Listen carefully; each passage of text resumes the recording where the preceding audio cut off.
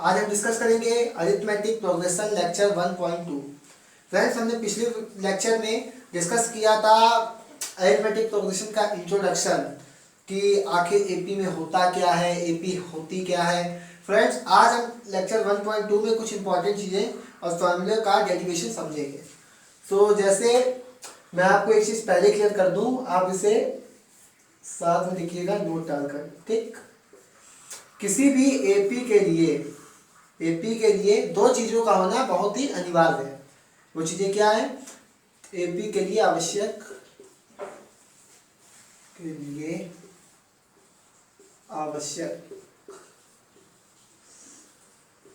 क्या है? पहली चीज जो है वो है आपका प्रथम पद, जिसे आप इसमें A1 T1 ऐसे डिनोट कर सकते हैं। दूसरा है आपका साल अंतर, ठीक, साल अंतर, जिसे आप D से डिनोट करते हैं, ठीक। मैं आपको पहले बता चुका हूं कि प्रथम पद क्या होता है, साल अंतर क्या होता है, ठीक। सो अब फ्रेंड्स, आप सोच रहे होंगे कि ये इन दोनों के लिए जरूरी क्यों है। तो आइए मैं इसको बताता हूं। अगर मैं आपको पहले भी क्लियर कर रहा हूं, जैसे कि एपी के लिए दो चीजें आवश्यक हैं, प्रथम पद और सार अंतर। अगर आपको प्रथम पद और सार अंतर पता है तो आपको एपी की दुनिया की हर चीज पता है, ठीक है। ये हमेशा याद रखिएगा। चलिए आगे बढ़ते हैं।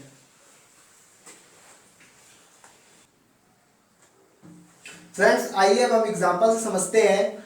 जैसे यहाँ पे मैंने ले रखा है प्रथम पद यानी ए 3 और डी है साल अंतर 4। तो हमें फाइंड एपी मतलब एपी याद करनी है।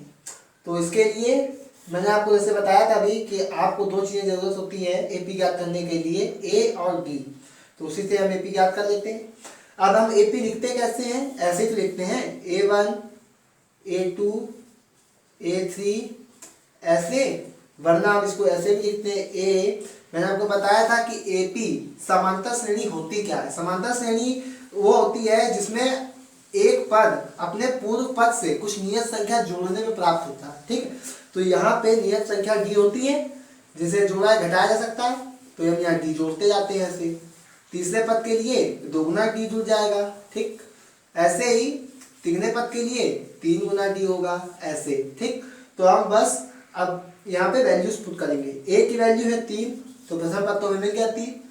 अब ए प्लस डी लिखा है तो 3 और डी की वैल्यू 4, तो 3 4 हो गया ये 7, ठीक। अब ए प्लस 2 डी है तो ए की जगह तो 3 ही रखेंगे और डी की जगह 2 में गुना कर देंगे 4 रख के, ठीक। तो 4 दूनी 8 और 3 11 हो गया ऐसे, ऐसे बढ़ेगा, ठीक।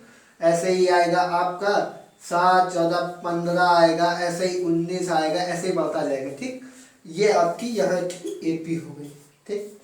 और देखिए, तो यहाँ पे दूसरा एग्जांपल अगर हम ले लें तो अब हम एपी वापस यहाँ पे सॉल्यूशन करने से हमें एपी लिखते हैं, ठीक।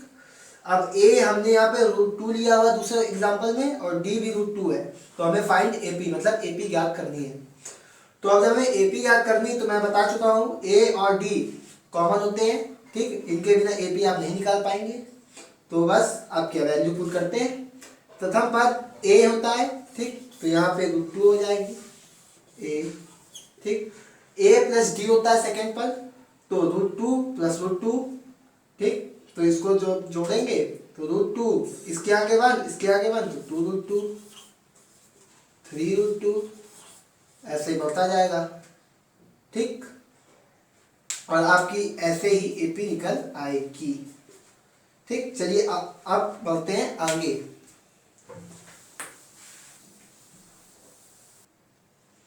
अब हम ये सोचेंगे कि एपी को ज्ञात कैसे करना है।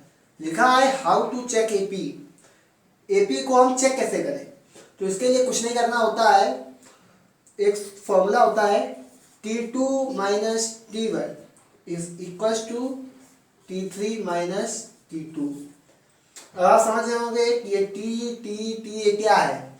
यहाँ पे आप A2 माइनस A1 या A3 माइनस A2 ये भी रख सकते हैं। A2 का मतलब है, समझ सकते हैं, second term, first term, third term, second term. ये इस फॉर्मूले को आप नोट कर लीजिए, ये आपके आगे काम आएगा। ठीक, अब आइए इस फॉर्मूले से जुड़ा एक सवाल करते हैं जिससे आपको इजीली समझ में आए। ठीक,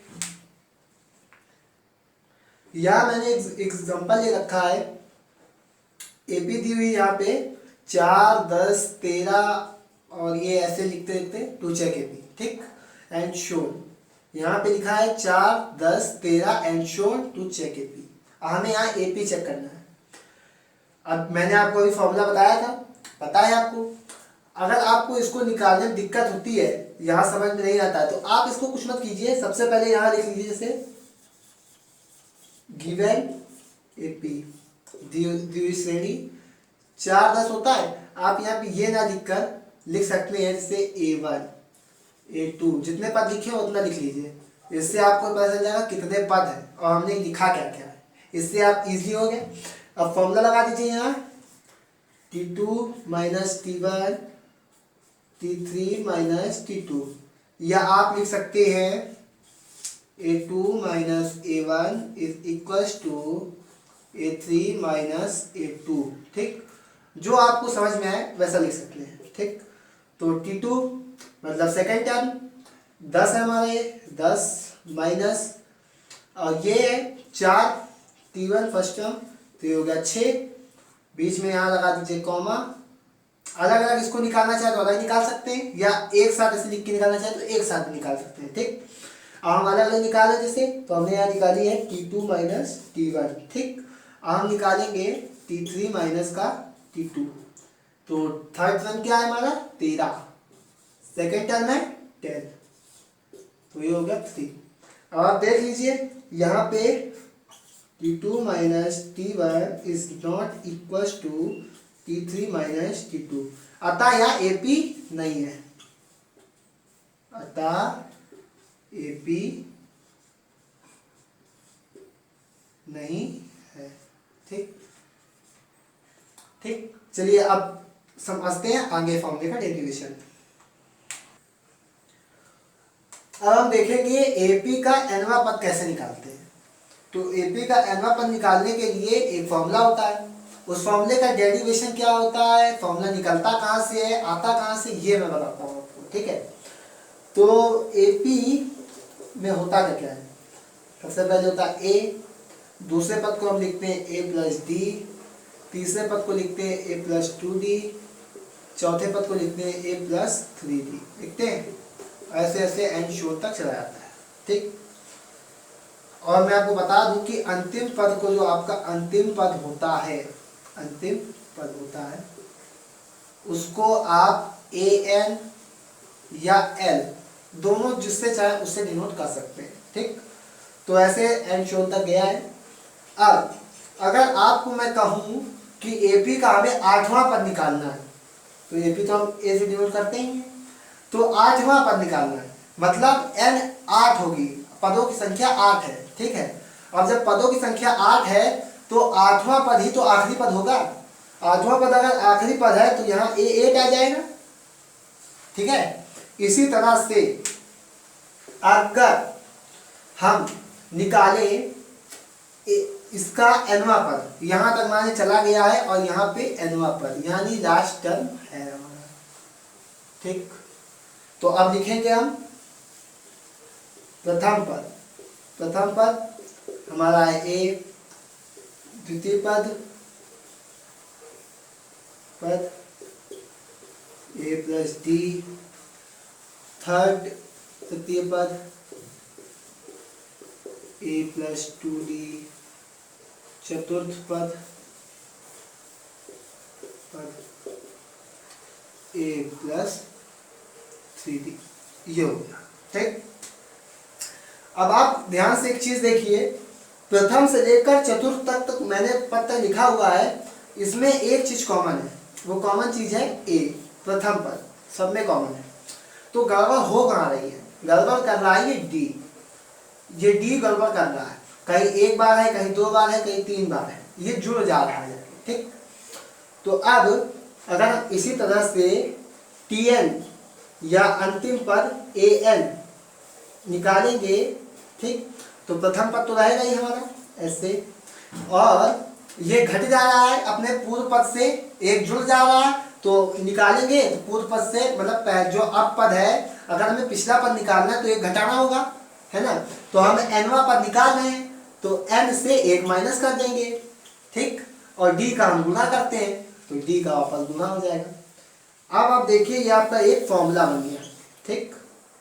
nवें पद का फॉर्मूला, nवां पद ज्ञात करने का ये आपका फॉर्मूला रहा, ठीक। आपसे नोट कर लीजिए। और मैं इसी पे आपको बता दूं, मैंने ऐसे यहाँ कहा है an को आप l भी कह सकते हैं, ठीक। तो an की जगह आप l रख लीजिए तो भी यही फॉर्मूला बनेगा आपका, ठीक है, वरना an का फॉर्मूला ही होता है, ठीक।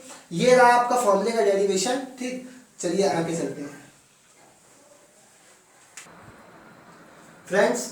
अब हम इसका डेरिवेशन का अभी हमने फॉर्मूले का जो डेरिवेशन किया है उसी फॉर्मूले के बेस पर हम ये क्वेश्चन सॉल्व करते हैं।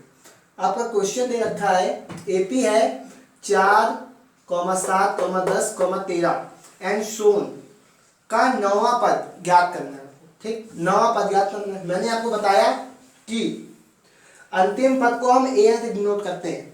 जहां हमें नौवां पद ज्ञात करना है तो हमें पता तो है नहीं, तो हम यहाँ पे 9 लेंगे, ठीक। हम इसी की तरह अब लिखेंगे, तो सॉल्यूशन जब करेंगे तब इसका सबसे पहले हम क्या लिखेंगे, ए हमारा क्या है 4। अब हम निकालेंगे डी, जो जरूरत है हमें। तो डी कैसे निकालते हैं हम, मैंने आपको बताया था T2 माइनस T1 या A2 माइनस A1, आप जैसा चाहे लिख सकते हैं। 7 माइनस 4 इज इक्वल टू 3। और n पदों की संख्या यहाँ 9, नौवां पद पूछ रहा है तो n हमारा 9 होगा, ठीक। और हमें निकालना यहाँ क्या है, A9, यही तो फाइंड करना है हमें। तो अब यहाँ an का फॉर्मूला लगाएंगे, an a प्लस अभी जो फॉर्मूला हमने डेरिवेट किया था ये फॉर्मूला ही वाला, ठीक। जहां जहां n है वहां आप 9 रखेंगे, a की जगह a की वैल्यू, d की जगह d की वैल्यू, ठीक। आसानी से हो जाएगा, A9 हो जाएगा। यहाँ a की वैल्यू है 4, n की वैल्यू है 9 माइनस 1, d की वैल्यू है 3। A9 4 प्लस 8 इंटू 3, ठीक। तो A9 4 प्लस 24, तो A9 इज इक्वल टू 28। इससे पता चलता है कि हमारा A9 यानी नौवां पद 28 है, ठीक। ये फ्रेंड्स इस लेक्चर में हमने डेरिवेशन समझा है फॉर्मूले का, ठीक। आप इसी के बेस सवाल लगाइएगा, ठीक है। और नहीं आए तो कमेंट करके हमसे पूछिएगा। मिलते हैं अगले लेक्चर में, ठीक।